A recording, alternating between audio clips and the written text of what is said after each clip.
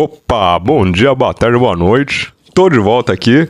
Falei que ia voltar, dessa vez sou um pouquinho mais roteirizado, tô com um microfone bacaninha e pá, pra falar do que, senhoras e senhores? Shadow of the Colossus, um jogo aí que eu amo, um jogo favorito da vida, e que diferente de Bloodborne, que muito provavelmente falei muita asneira no último vídeo, dessa vez eu tenho propriedade pra falar do que eu tô falando, tá? Confia que dessa vez eu vou falar bem. Então, dito isso, bora falar agora sobre Shadow of the Colossus, rapaz.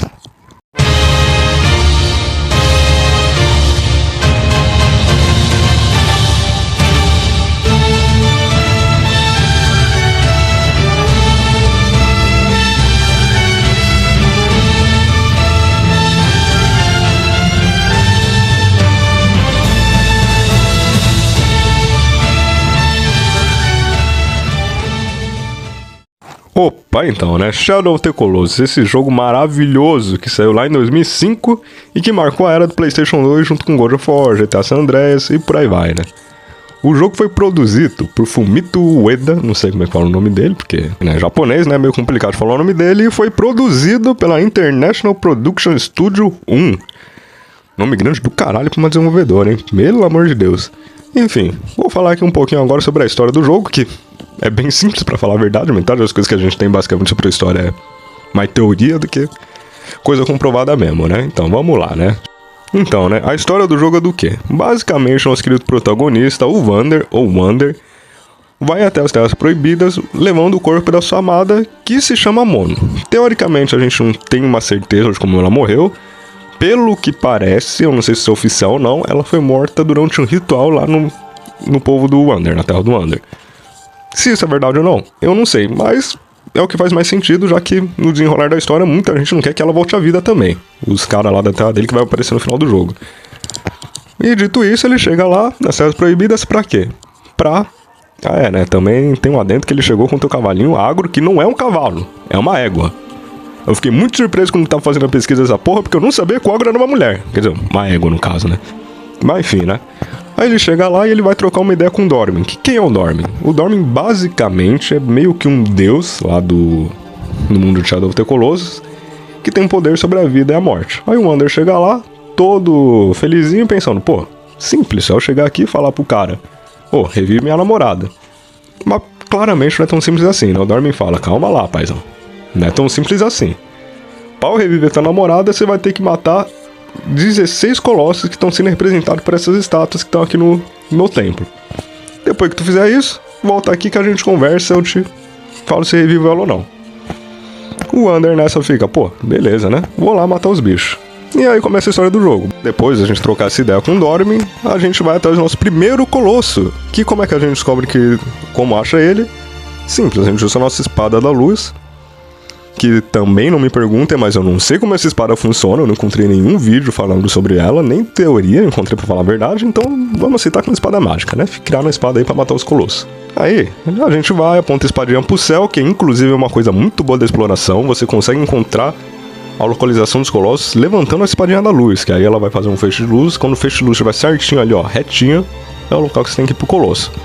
Isso daí não funciona muito bem em lugar escuro, né? Inclusive nas florestas, as malditas florestas que tem nesse jogo, porque pelo amor de Deus, quem jogou esse jogo sabe que aquelas florestas têm um saco pra você se localizar nelas, tá? Eu fiquei perdido num papo, acho que em 5 minutos da primeira vez que eu joguei, lá no PS2, aí eu fui jogar no PS4 pensando, pô, não vamos perder de novo, né? Claramente, eu sei como é que, né?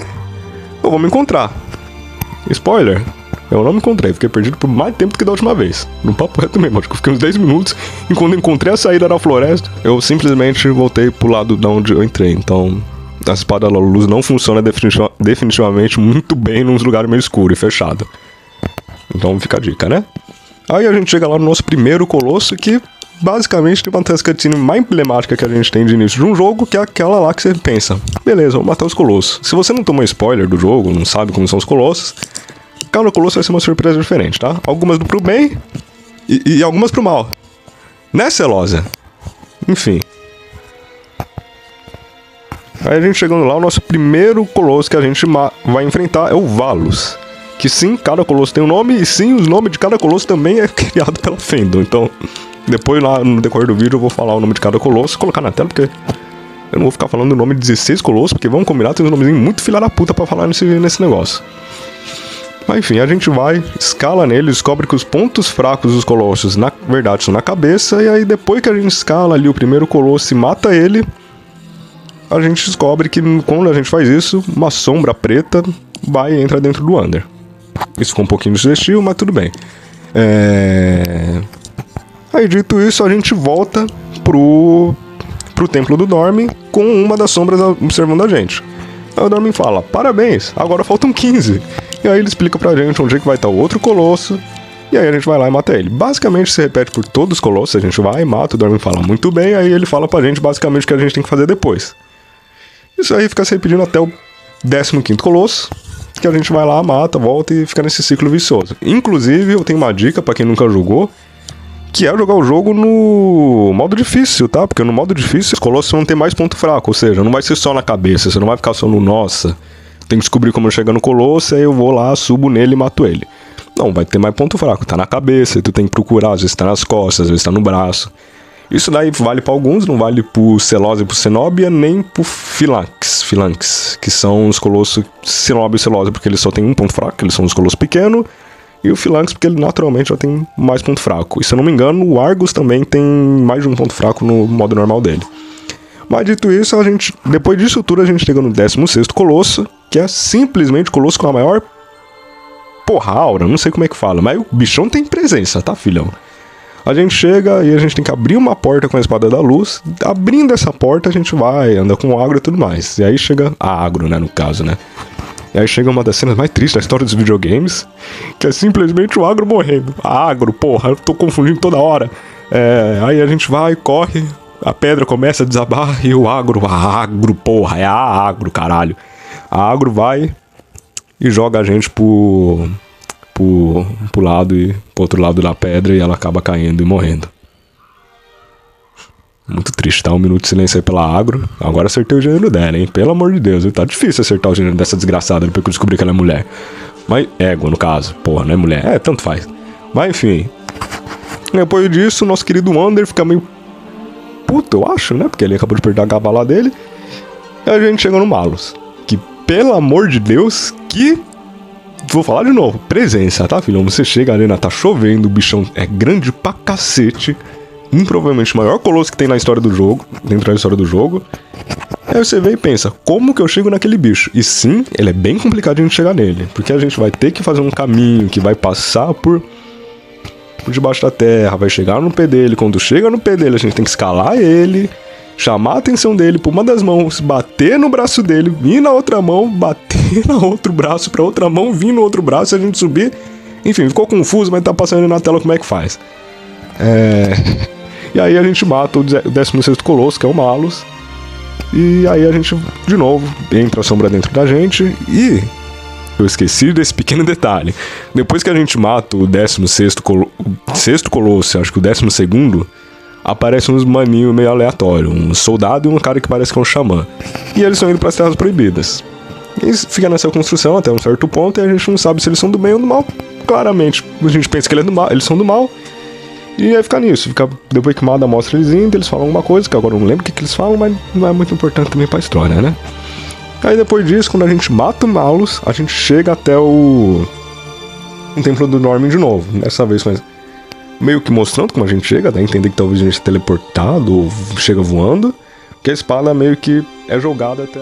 Opa, enfim, né, tô passando aqui de novo porque eu vi que esqueci de falar uma coisa muito importante sobre o decorrer da história, que é a aparência do Wander. O Wander, basicamente, durante todas as vezes que ele mata os 16 colossos, a aparência dele vai mudando, ele vai ficando meio demoníaco, né? Ele fica com a porra da cara de um jogador de LoL, basicamente, e essa daí é a cara dele. Ao decorrer do jogo, quando chega ali no 15º, que é quando ele tá meio afetado, ele fica com essa cara demoníaca, principalmente quando ele mata o 16º, que é o que vocês estão vendo aí. É isso, tinha esquecido desse pequeno detalhe que é muito importante. Assim, não é importante pra história, mas é um detalhe muito importante, um detalhe muito legalzinho até de se falar. É isso. A arena a gente aparece no fundo, então eu não sei basicamente como é que faz, mas eu acho que é voando, teleportando. Aí, mais diferencial nessa hora é que a gente já tá com as 16 sombras que ficava reunindo na gente toda vez que a gente matava um colosso, as sombras eles ficavam perto da gente e ia, né, aumentando. essa quantidade. Mas agora tá 16. E nisso, meio que elas entram dentro do Wander e tudo mais. Nessa hora, um filho de uma puta lança uma flecha em cima da gente. E aí, né, a gente começa a ir na direção da Mona e tudo mais, mas nessa hora a gente acaba caindo ali na escadaria. Nisso, um dos soldadinhos de chumbo, filho de uma puta, enfia a espada na gente. E é nessa hora que a coisa fica boa, tá?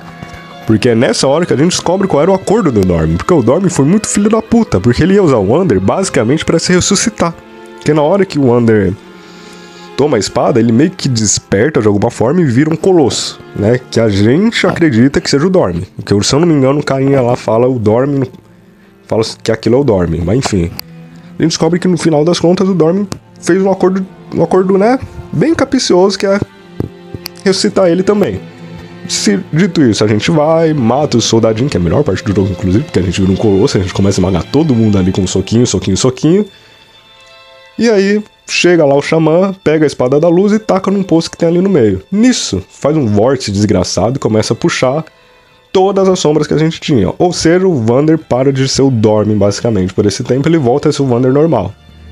Nessa hora não dá pra fugir, tá? Você pode tentar se agarrar, pode tentar ficar atrás da parede, mas é inevitável. Você vai ser puxado pra dentro do laguinho, pra dentro do vórtice. É isso. Então, sinto muito. E aí, assim que acaba o jogo, a gente cai dentro do lago, o xamã e os soldados vão embora, junto com a ponte que dá acesso a terras proibidas sendo destruídas, e aí ele falando que, acabou, boa sorte aí pra quem ficar aí nessas terras amaldiçoadas. Que no caso seria a Mono e o Wander bebê, no caso, né? Já tem spoiler da porra do final, mas enfim. Não se tem mais acesso para as terras proibidas, e aí termina o jogo com a Mono acordando, ou seja, o Dormin meio que fez parte da... O Dormin meio que fez o que ele prometeu, ele reviveu a Mono. Mas em troca, o Wander virou um bebezinho. Porque quando a Mono chega ali no laguinho, ela vê um bebechinho com chifre, que é claramente o Wander. Mas a gente nunca mais vai ter notícia sobre isso, até porque o jogo só teve um e não teve uma continuação. Então assim, se tem uma explicação sobre quem é aquele bebê, ou sobre como foi a vida dele depois disso, a gente nunca vai saber.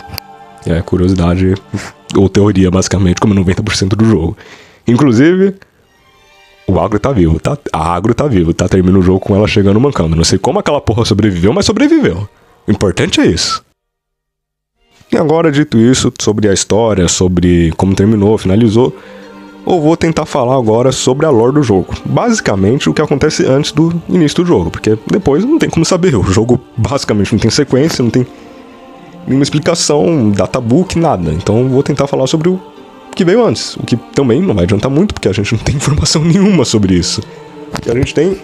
Epa, caiu o fone aqui, calma. O que a gente tem basicamente é o que foi meio que explorado no mapa, a gente viu umas paradas ali meio diferentes no mapa.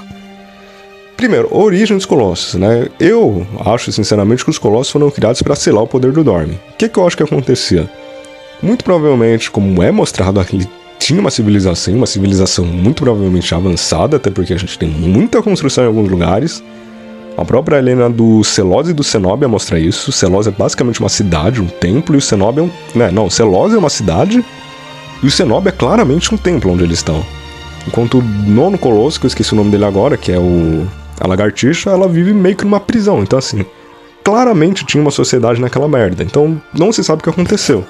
O que pode ter acontecido? Muito provavelmente o Dormin era um deus, né? Alguém muito poderoso naquela sociedade, como já era de costume. Como a gente vê no jogo, que ele é muito poderoso.